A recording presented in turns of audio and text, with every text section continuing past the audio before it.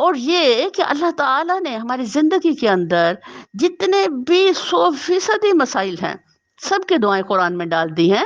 تبھی جب بھی کو آپ کو کسی چیز کا مسئلہ پیش آئے فوراً قرآن سے وہ دعا لے اور اس کو پڑھنا شروع کر دیں. انشاءاللہ العزیز وہ آپ کا مسئلہ حل اللہ فرمائے گا. تو یہ بھی ایک بہترین دعا ہے. جب آپ کسی مسئلے میں دب جائیں تو اس کو فوراً پڑھیں. انشاءاللہ یہ آپ کے لیے نجات کا باعث بنے گی.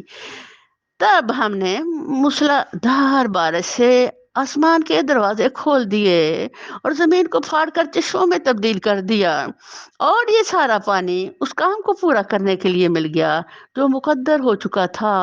اور نوح کو ہم نے ایک تختوں اور کیلوں والی پر سوار کر دیا جو ہماری نگرانی میں چل رہی تھی.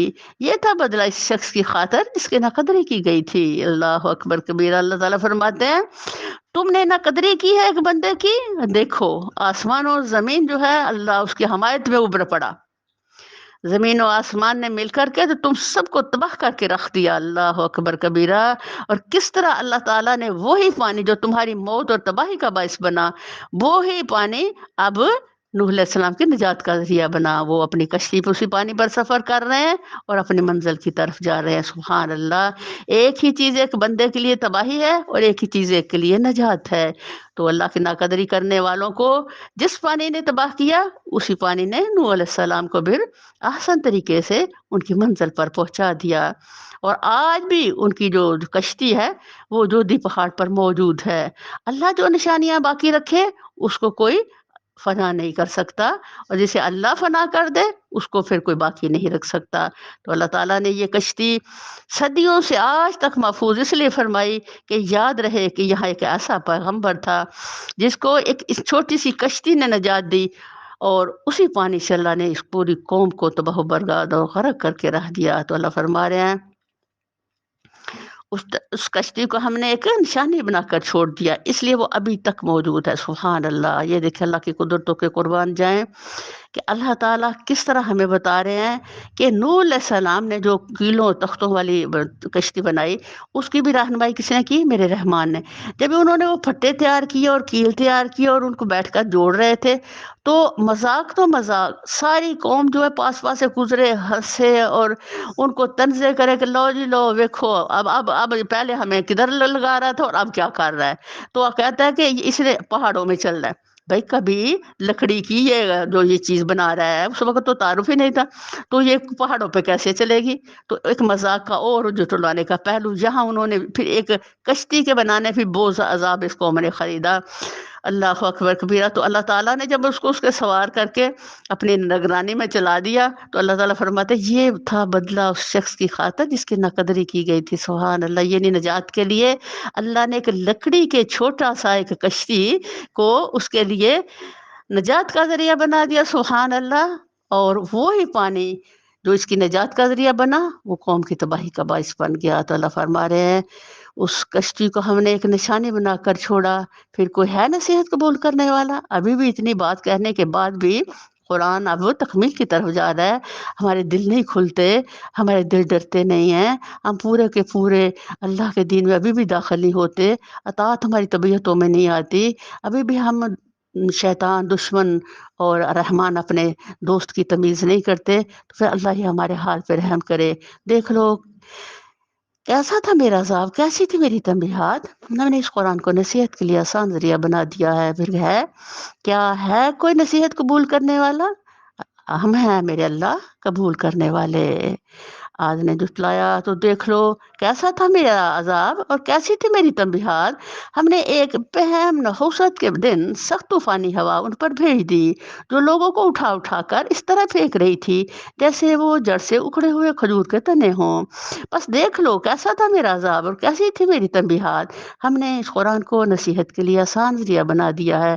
پھر کیا ہے کوئی نصیحت قبول کرنے والا؟ اب جب اللہ تعالیٰ ایک سے دو دفعہ بات کرتے ہیں، دو سے تین دفعہ بات کرتے ہیں تو بڑی خاص بات ہوتی ہے کیونکہ اللہ تعالیٰ نے اب ہمیں غور و فکر کے لیے اور وہ بات ہمارے قلم میں اتارنے کے لیے گہرائی کے ساتھ اور ہماری سمتوں کو سیدھا کرنے کے لیے اللہ تعالیٰ کا اسٹائل اور انداز آ گیا.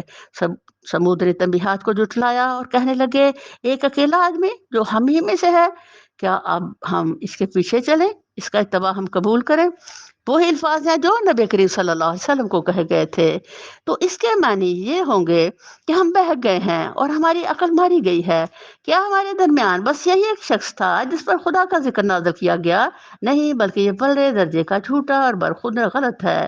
ہم نے اپنے پیغمبر سے کہا، کل ہی انہیں معلوم ہوا جاتا ہے کہ کون پرلے درجے کا جھوٹا اور برخود غلط ہے۔ ہم اونٹنی کو ان کے لیے فتنہ بنا کر بھیج رہے ہیں۔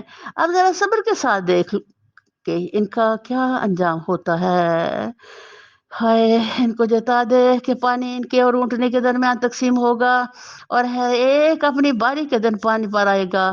آخرکار ان لوگوں نے اپنے آدمی کو پکارا اور اس نے اس کام کا بیڑا اٹھایا اور اونٹنی کو مار ڈالا۔ اب دیکھو، ایک بندہ جو ہے وہ اٹھتا ہے اور کہتا ہے کہ میں اس کا کام تمام کرتا ہوں، اور اس ایک کی وجہ سے ساری قوم کو عذاب آیا کیونکہ اس کی حمایتی تھی، اور خود ہی ان لوگوں نے یہ معجزہ مانگا اور خود ہی سے انحراف کیا تو خود ہی موت کے منہ میں چلے گئے۔ یہ انسان کی نادانیوں کی کہانی اللہ میاں سنا رہے ہیں اور ہماری توجہ اطاعت کی طرف دلا رہے ہیں، اور اس لیے کثرت سوال سے ہمیں منع کیا گیا ہے اور غور و فکر کی طرف تلقین کی گئی ہے۔ پھر دیکھ لو کیسا میرا عذاب اور کیسی تھی میری تنبیہات۔ ہم نے ان پر بس ایک دھماکہ چھوڑا اور وہ باڑے والے کی روندی ہوئی باڑ کی طرح بس ہو کر رہ گئے۔ استغفر اللہ ربی من کل ذنب۔ ہم نے اس قرآن کو نصیحت کے لیے آسان ذریعہ بنا دیا ہے۔ اب ہے کوئی نصیحت قبول کرنے والا؟ اے اللہ، ہم ہیں نصیحت قبول کرنے والے۔ لوط کی قوم نے تنبیہات کو جھٹلایا اور ہم نے پتھراؤ کرنے والی ہوا اس پر بھیج دی۔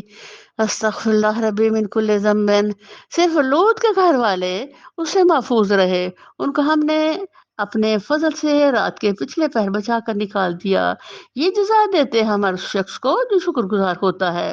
لوط نے اپنی قوم کے لوگوں کو ہماری پکڑ سے خبردار کیا، مگر وہ ساری تنبیہات کو مشکوک سمجھ کر باتوں میں اڑاتے رہے، مگر انہوں نے اسے اپنے مہمانوں کی حفاظت سے باز رکھنے کی کوشش کی۔ آخرکار ہم نے ان کی آنکھیں موند دی کہ چکھو اب میرے عذاب اور میری تنبیہات کا مزہ۔ صبح سویرے ہی ایک اٹل عذاب نے ان کو آ لیا۔ ہائے، چکھو مزہ اب میرے عذاب کا اور میری تنبیہات کا۔ ہم نے اس قرآن کو نصیحت کے لیے آسان ذریعہ بنا دیا ہے، بس ہے کوئی نصیحت قبول کرنے والا؟ اب کیا اللہ میں بتانا چاہ رہے ہیں؟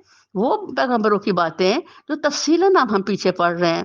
اب اللہ اشارتاً ہر نبی کی بات آپ کو دے رہے ہیں، اور ساتھ آپ کو وارننگ بھی دے رہے ہیں، اور ساتھ آپ کو اللہ کوشچن بھی کر رہے ہیں، ہے کوئی قبول کرنے والا؟ تو ہم کہتے ہیں آگے سے، اللہ ہم ہیں قبول کرنے والے قرآن کی نصیحتوں کے، اور اللہ ان کہانیوں سے عبرت لینے والے ہم ہیں میرے اللہ، تیرے محبوب کی امتی میرے مولا۔ ہائے، اور آل فرعون کے پاس بھی تنبیہات آئی تھی، مگر انہوں نے ہماری ساری نشانیوں کو جھٹلا دیا۔ آخر کو ہم نے انہیں پکڑا جس طرح کوئی زبردست قدرت والا پکڑا کرتا ہے۔ کیا تمہارے کفار کچھ ان لوگوں سے بہتر ہے یا آسمانی کتابوں میں تمہارے لیے کوئی معافی لکھی ہوئی ہے؟ یا ان لوگوں کا کہنا یہ ہے کہ ہم ایک مضبوط جتھا ہیں، اپنا بچاؤ کر لیں گے، ان قریب یہ جتھا شکست کھا جائے گا اور یہ سب پیٹ پھیر کر بھاگتے نظر آئیں گے، بلکہ ان سے نپٹنے کے لیے اصل وعدے کا وقت تو قیامت ہے، اور وہ بڑی آفت اور زیادہ تلخ ساتھ ہے۔ یہ مجرم لوگ در حقیقت غلط فہمی میں مبتلا ہے اور ان کی عقل ماری گئی ہے۔ جس روز یہ منہ کے بل آگ میں گھسیٹے جائیں گے، اس روز اسے کہا جائے گا کہ اب چکھو جہنم کی لپٹ کا مزہ۔ اب یہ دیکھیں قرآن کا آخر میں آ کر کے تو جو اسٹائل ہے وہ کتنا زبردست، کتنا غصے والا، اور کتنا خدا کی طرف سے ایک وارننگ والا ہے کہ انسان جو ہے اب اس حصے میں، یعنی زندگی کے آخری حصے میں اتنا سمجھ والا بن جائے، اتنے شعور والا بن جائے کہ وہ آخرت کی تیاری میں ہمتن ہو جائے، اور اس کا تعلق جو ہے دنیا سے کٹنا شروع ہو جائے، آخرت کی طرف وہ بڑھنا شروع ہو جائے۔ ان باتوں کے اندر ایک حکمت ہے، ایک گہرا پیغام ہے اور ایک نصیحت ہے کہ اب تم لوگوں کو پوری کتاب اللہ کی شریعتیں دیکھیں، اس میں ہم نے قوانین دیکھے، اللہ کے احکامات دیکھے، اس میں ہم نے پیغمبروں کی کہانیاں پڑھی، اور اس میں ہم نے وہ نصیحت والے پیغام بھی لیے تو اللہ نے بتایا کہ تم لوگوں کو کبھی وہ کچھ نہیں کرنا جو بنی اسرائیل نے کیا تھا۔ اب اللہ تعالیٰ ہمیں ایک بڑی میچورٹی اور مضبوطی کی طرف ہمارے ایمان کی طرف لے جا رہے ہیں